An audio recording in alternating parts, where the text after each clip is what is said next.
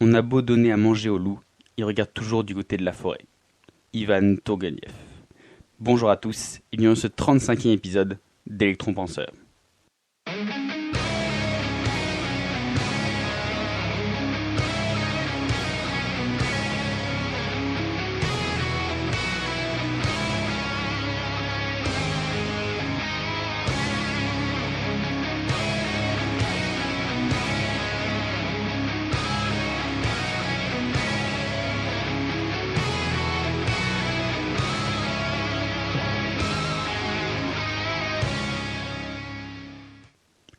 Donc bonjour à tous, chers auditeurs. Si vous nous rejoignez ici, sachez qu'en fait cet épisode il fait partie d'une petite série qui s'intéresse aux 4 différents chronotypes.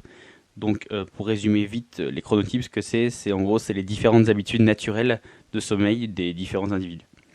Donc du coup, après avoir vu les dauphins, donc les petits dormeurs, puis les lions, donc les lève-tôt, puis dans le dernier épisode les ours, donc ceux qui vivent surtout avec le soleil, du coup nous allons parler dans ce dernier épisode de cette petite série du dernier chronotype, les loups. Alors comme toujours, d'abord l'animal. Pour le coup, je sais même pas si j'aurai besoin de développer parce qu'il suffit juste d'ouvrir un livre pour enfants, n'importe lequel, pour avoir la réponse. Le loup, en fait, c'est un animal social, faisant partie d'une meute et qui chasse et vit surtout la nuit. À la rigueur, même bien souvent qu'il soit très souvent agressif au sein de sa meute, il sait qu'il a rien sans elle et il en a conscience. Donc du coup, il dort une bonne partie de la journée dans sa tanière avant de sortir à la tombée de la nuit pour aller chasser dès que le soleil décline. Donc le chronotype maintenant. Donc sans grande surprise finalement, les loups ce sont les couches-tard. On voulait bien venir. Donc ce sont souvent des fêtards, c'est les derniers à partir d'une soirée ou autre, au grand désespoir du lion si c'est lui qui organise la soirée, du fait en fait que finalement il déborde d'énergie le soir. C'est pour ça qu'il reste jusque tard le soir. En effet, on va dire que même s'ils ont des besoins de sommeil qui se situent dans la normale, c'est-à-dire aux alentours de 8 heures par là, et ben ce sont eux qui sont le plus décalés avec le mode de fonctionnement sociétal actuel. En effet, on va dire si les lions c'est leur exact opposé en termes d'horaire, c'est-à-dire qu'ils se lèvent très tôt, bah du coup les loups ils avaient moins à s'adapter que les lions au rythme du monde du travail. Parce que d'ailleurs les lions ils avaient l'avantage d'être réveillés tôt le matin, d'avoir du temps pour eux, voilà, de pouvoir s'occuper. Alors que les loups, eux, bah finalement ils sont éveillés tard le soir et ils peuvent pas faire grand chose finalement, on va dire tout est fermé, c'est un peu la même chose mais dans l'autre sens. Donc pour eux, en fait, il est très rare qu'ils réussissent à s'endormir avant minuit, même s'ils essayent. Et pour eux, que le réveil qui soit à 7, 8 ou 9 heures du matin, c'est un véritable calvaire, c'en est presque un sentiment presque traumatisant. Pardon. Et du coup, pour avoir été un loup aguerri pendant mes premières années d'études universitaires, je ressentais une réelle crise d'angoisse à la seule écoute du réveil. Je pourrais avoir des espèces de mini crise d'angoisse, alors que finalement c'était pas une question de se dire ah bah oui j'aurais dû moins dormir parce que même si j'allais me coucher à 23 heures et bah non j'arrivais pas, je me retrouvais dans mon lit et avant 1 heure ou 2 heures du matin j'arrivais pas à m'endormir. Donc du coup on va dire que hélas les loups ce sont les grands perdants des chronotypes au regard de la société. Parce que du coup du fait que leur sommeil il devrait continuer jusque 9 ou 10 heures du matin, ce qui est impossible parce que la plupart des gens des jobs ils commencent avant. Donc du coup, ils sont obligés de casser le rythme du sommeil. Du coup, ils commencent la journée, ils sont en manque de sommeil. Ils vont être crevés tout au long de la journée. Limite, ils vont être presque traités de feignants ou de fêtards ou de couche-tard abusifs. Parce que du coup, même en début d'après-midi, ils sont encore en pleine léthargie. Et voilà, les autres chronotypes vont leur dire bah ouais, mais t'avais qu'à pas sortir si tard hier soir ou il fallait te coucher plus tôt hier soir. Alors que pourtant, forcément, c'est pas forcément de leur faute. Et finalement, quand leur chronotype il se réveille et quand ils commencent vraiment à avoir la pêche et tout ça en fin de journée à partir de 16 heures, et ben là leur taf il se termine dans 2 heures, donc du coup ils bossent comme des fous juste avant la fin du boulot, et donc du coup en plus ils insupportent leurs proches lions et ours qui eux commencent à arriver à bout de force, ils commencent à plus en pouvoir parce que voilà ils sont debout depuis presque une dizaine d'heures, pendant que les loups eux ils sautent partout parce que c'est à ce moment là qu'ils sont à la pêche. Et donc finalement l'horaire il fait le tri et bien souvent les loups ils se retrouvent du coup tard dans la soirée, ils se retrouvent seuls ou juste entre loups en fin de soirée. On va dire qu'ils peuvent pas vraiment mettre à contribution toute l'énergie dont ils débordent parce que bah voilà il fait nuit donc ils peuvent pas vraiment aller courir, ils peuvent pas voilà ils sont débordants d'énergie, mais bon tout le monde s'est endormi, tout le monde est crevé et du coup voilà eux ils ont encore la pêche mais il fait nuit. Donc du coup on va dire que les loups c'est un peu les incompris de la société. Donc ce qui peut notamment créer chez eux un espèce de sentiment de frustration parce que voilà ils sont un peu traités injustement ils sont un peu traités de feignants parce que voilà toute la journée ils sont un peu léthargiques ou autres. Et voilà, ils sont un peu traités aussi de fêtards abusifs, alors que c'est pas forcément de leur faute, c'est juste que eux, le soir, ils ont la pêche par rapport aux autres qui s'écroulent, quoi. Mais tout n'est pas si noir, et d'ailleurs, c'est pas l'habitude de la maison de voir le verre à moitié vide. Donc du coup, voyons plutôt le verre à moitié plein. Donc déjà, le premier point positif, c'est que les loups, ce sont les meilleurs conteurs d'histoire de fin de soirée. Et pour la bonne raison qu'ils étaient encore debout quand elles ont eu lieu. À la rigueur, voilà, c'est eux qui vont un peu rendre jaloux les fameux lions qui disent ah, moi j'ai loupé ça parce qu'à 19h je me suis écroulé. Du coup, voilà, souvent c'est ça dans les soirées Watch, vous avez une espèce de conteur de mecs qui vous racontent tout ce qui s'est passé, tout ça. Donc du coup, voilà, c'est tout simplement parce que lui y était. Donc vous avez aussi cette petit avantage, social, quoi, de pouvoir vivre voilà, un peu des aventures.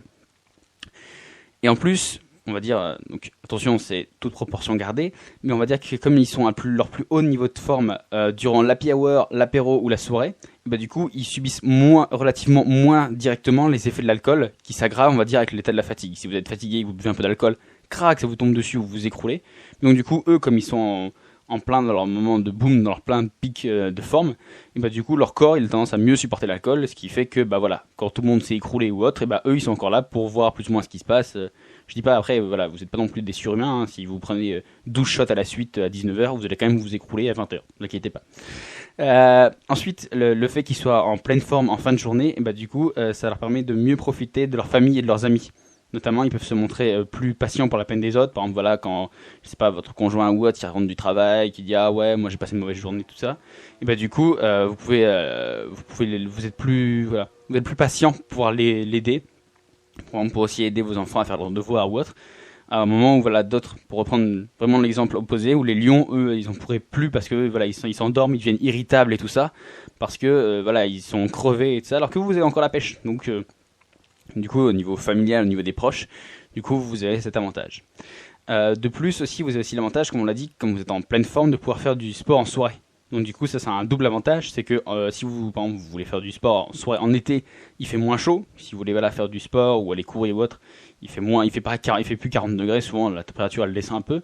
Et du coup, l'autre avantage aussi, c'est souvent que les salles de sport en fin de journée, elles sont moins surchargées que juste à 17h, quand la majorité des personnes y vont. Voilà. Et enfin, finalement, ils se montrent souvent beaucoup plus créatifs. Bon, impulsifs aussi, parfois, certes, mais surtout beaucoup plus créatifs. En effet, en fait, on va dire cette espèce de pic de créativité, il se situe généralement, vous pouvez le voir relativement, c'est en fait au moment où vous avez de la pêche et genre vous commencez un peu à partir dans les vapes. C'est pour ça que d'ailleurs qu'on a souvent des idées de génie qui nous viennent quand on est couché dans notre lit ou autre, parce que en fait, finalement, la créativité, elle vient au moment où voilà la vigilance, elle baisse. Et donc du coup, eux, l'effet il est encore plus amplifié parce que eux ils passent d'un niveau de pleine forme à un niveau de fatigue parce que voilà ils s'endorment pas à 9h du matin non plus, donc du coup voilà, si à minuit ils sont encore en pleine forme, et du coup c'est à dire qu'en 2 ou 3 heures de temps leur système il va descendre, et donc du coup le fait qu'ils s'écroulent si rapidement, et du coup c'est ce qui va permettre l'émergence de souvent d'idées un peu plus propices, de nouvelles idées. Et d'ailleurs, comme dirait Barney Stinson dans How I Met Your Mother, les meilleures choses elles se produisent après 2h du matin. Parce que si les lions, ils peuvent se targuer de conquérir le monde pendant que les autres y dorment encore, et vous les loups, vous pouvez vous targuer de changer le monde pendant que les lions dorment déjà. Voilà. Comme à la fin de chaque petit épisode, le petit call to action, le petit passage à l'action, d'action concrète de tout ce que je viens de dire jusqu'à présent. Donc du coup, comme pour les 3 autres chronotypes, ça y est, votre tour est arrivé. Donc le petit call to action, ce sera pas vraiment un truc applicable, ce sera plutôt une espèce de petit conseil de vie. Donc comme on l'a déjà dit, en fait, le réveil c'est votre pire ennemi. Donc du coup, à vous, et on va dire juste à vous, il est conseillé de mettre plusieurs réveils pour essayer de diminuer l'impact négatif de celui-ci. Pour éviter que voilà, que ça vous passe vraiment dans un état de sommeil profond directement à un truc d'éveil, ça risque de vous tuer. Donc pas vous tuer, mais voilà, métaphoriquement. Donc du coup, la technique c'est voilà, vous pouvez mettre plusieurs petits réveils. Attention, on va dire pas plus de 2-3 max.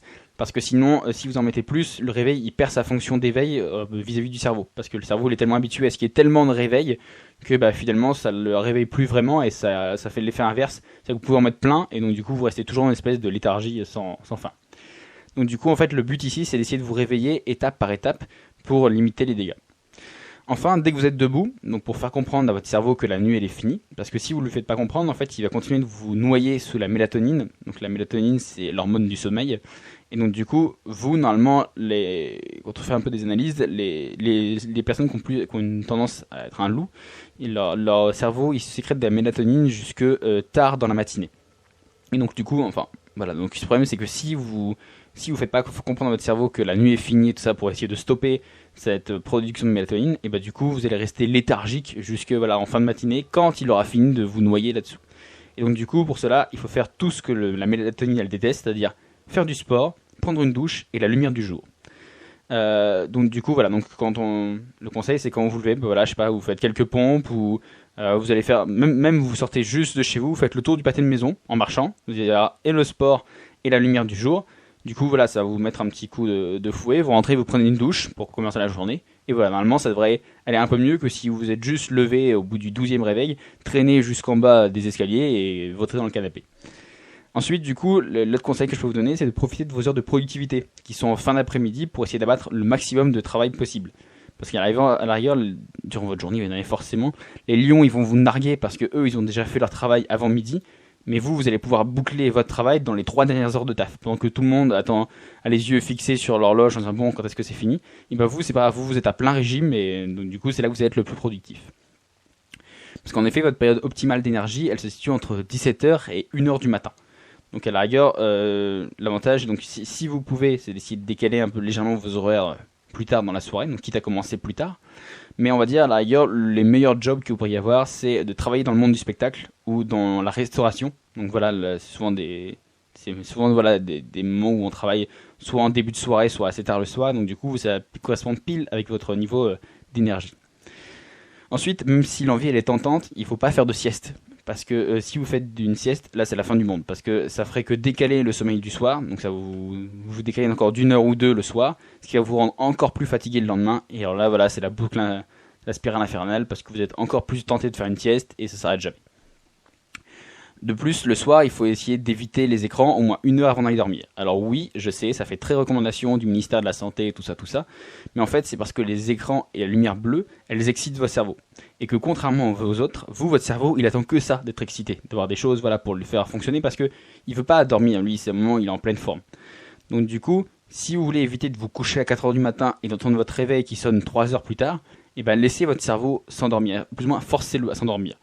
Et pour ça, d'ailleurs, par exemple, la lecture, c'est une super idée. Donc sur papier, si possible, et de la fiction. Parce que si vous lisez un peu des bouquins de développement personnel ou autre, ça revient au même parce que de toute façon, votre cerveau, vous allez faire travailler votre cerveau qui dit ah oui, ça, il va commencer à faire des connexions. Et donc du coup, il ne va pas s'endormir parce qu'il va être encore en plein travail. Donc du coup, le but, c'est d'essayer de lire quelque chose, un truc qui n'est pas une fiction. Et sur papier, si possible, voilà, pour essayer d'éviter la lumière bleue, ou mettez un filtre sur votre liseuse. Et donc du coup, voilà, comme ça va permettre de calmer votre cerveau et d'essayer de l'aider à l'endormir tout doucement.